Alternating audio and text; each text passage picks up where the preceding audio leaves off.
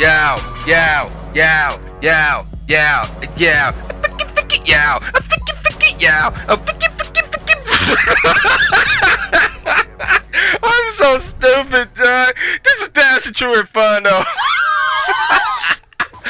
Oh, I don't know what got into me, dog, but that was just freaking hilarious. Alright, so, welcome back to another Black Ops 2 commentary video for you, the YouTube citizens. I know it's like a day or maybe too late because I was really busy at the beginning of this week, so I couldn't do a video. So hopefully I'll get it up, you know, Thursday, Friday. So I apologize for the lateness.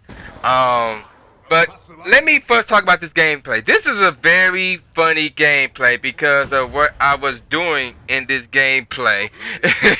So for guys like Claymores would not like or appreciate what I was doing in this gameplay. But I don't care though. I was beasting and feasting. I think I only died like 3 times.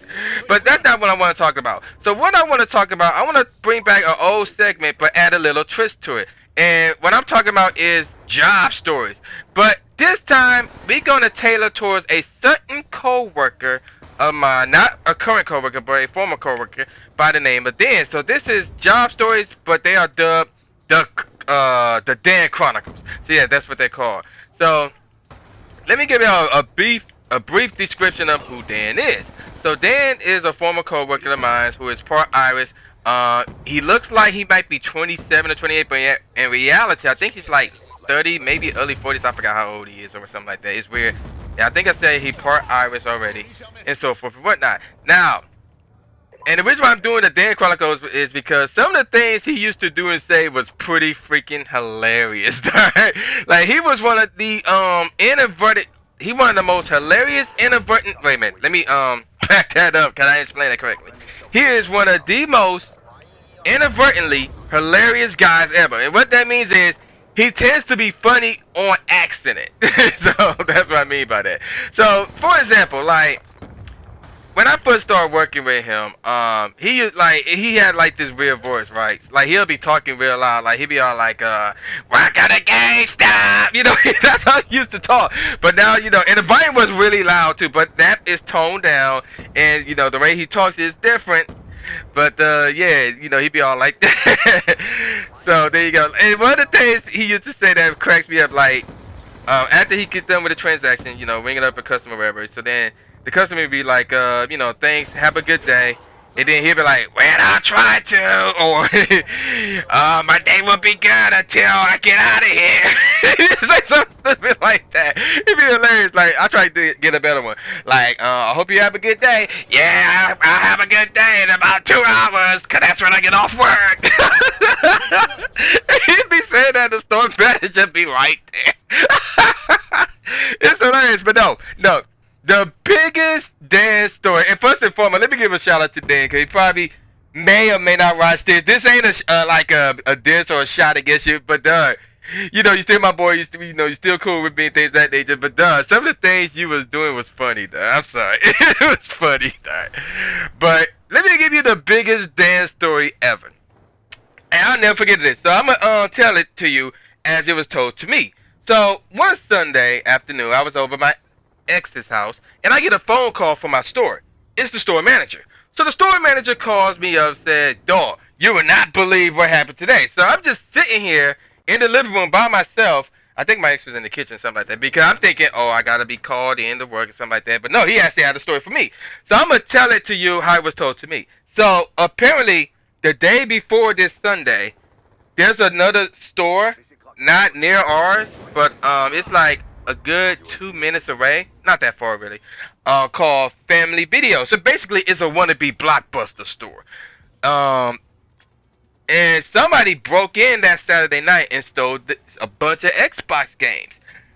So the next day, that Sunday, the store manager got a phone call from that store saying, "Hey, I've been robbed, a bunch of my Xbox games has been stolen."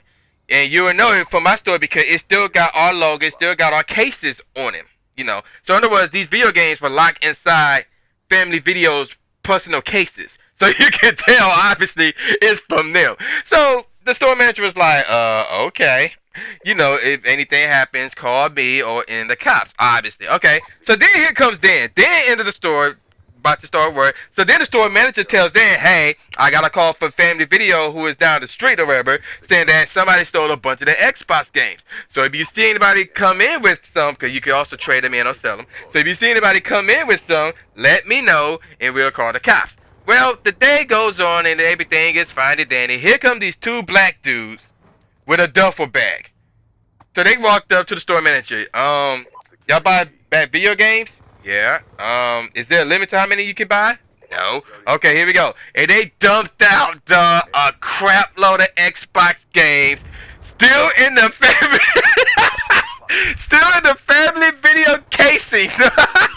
So my store manager was like, "Oh shit," it was hilarious. So he's on the computer processing the trade, and here comes Dan. So he's typing on the computer or computer/register because the customers can't see what we're doing.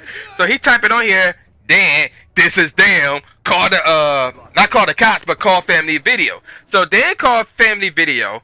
So Dan told Dan to call the cops because obviously they can't do it because the guys are right there and they trying to play it off like everything's fine and dandy. So obviously, you know, he told Family Video manager to call the cops because they're here. So then the cops called the store. So the store manager had to play it off. So he had to use like a secret coding to let the cops know, hey, these are the guys that stole the games from that store and they trying to sell it to our store, but at the same time not give it away of what's going on in front of these two guys. So after that,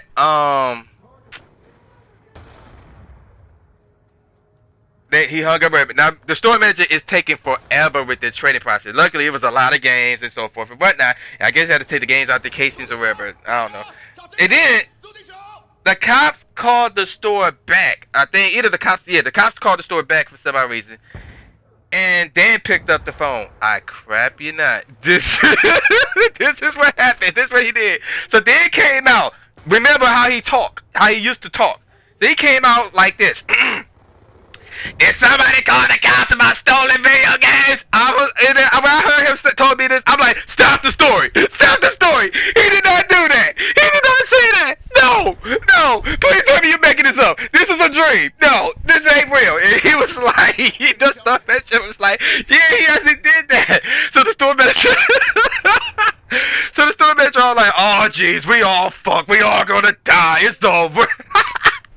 But yet, the two dudes who actually stole the games from Family Video are still standing there. They ain't panicking. They didn't react to that. I'm like, what? What? You got a guy who is loud as a mug, basically expose your whole operation, and they don't do nothing. And I'm like, what is wrong with these idiots? And then, it gets funnier than that. So then the cops actually showed up. One cop walked in. Did somebody, what'd he say? He walked in. Did somebody make a phone call about some guys who stole video games? Quiet. Nobody did nothing. I'm like, what? And again, the two guys are still standing there, and they got the money for the games, and they walked out. So after the two guys walked out, the cop was like, no, seriously, we got a phone call about somebody stole a video game. My store manager went off for the cop. Like, you idiot! That was them right there! You didn't see me with the sign language? You didn't see me secretly pointing at them? I was like... So then the chief came in, and the store manager just ripped one on the chief for his insubordinate partner. Yeah, the two guys were obviously caught. That was the most hilarious story I have ever heard. One of them, man. It was hilarious. And this is like, there's more to these damn Chronicles, man. So stay tuned for that. Look at this, man. I was beasting and fisting this game. I only died once.